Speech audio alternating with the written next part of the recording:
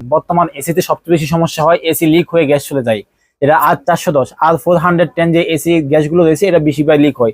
আর leak গুলো কোন জায়গায় হয় সেটা হচ্ছে আমাদের যে বাসায় যে এসির ইনডো রয়েছে, ইনডোর ভিতরে এরকম একটা ইভাপ ওয়াটার থাকে, এই ইভাপ ওয়াটারটা লিক হয়। এই লিক গুলো কেন হয়?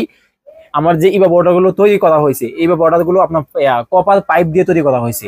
তো এই পাইপ গুলো কি হয়, অনেক লম্বা হয়। পাইপটাকে এদিক দিয়ে ব্যান করা হয়। তো ব্যান যেদিক দিয়ে করা হয়, এদিক দিয়ে কি হয়, যখন যে কোনো জিনিস আপনি একটা পাইপ বলেন বা যে কোনো জিনিস যদি আপনি একটা জিনিস ব্যান করেন, তো যে জায়গা দিয়ে ব্যান হবে এদিকে কিন্তু আপনার টিটনেস কমে যাবে, যে পাইপে যে টিটনেস থাকে সেটা কমে যায়।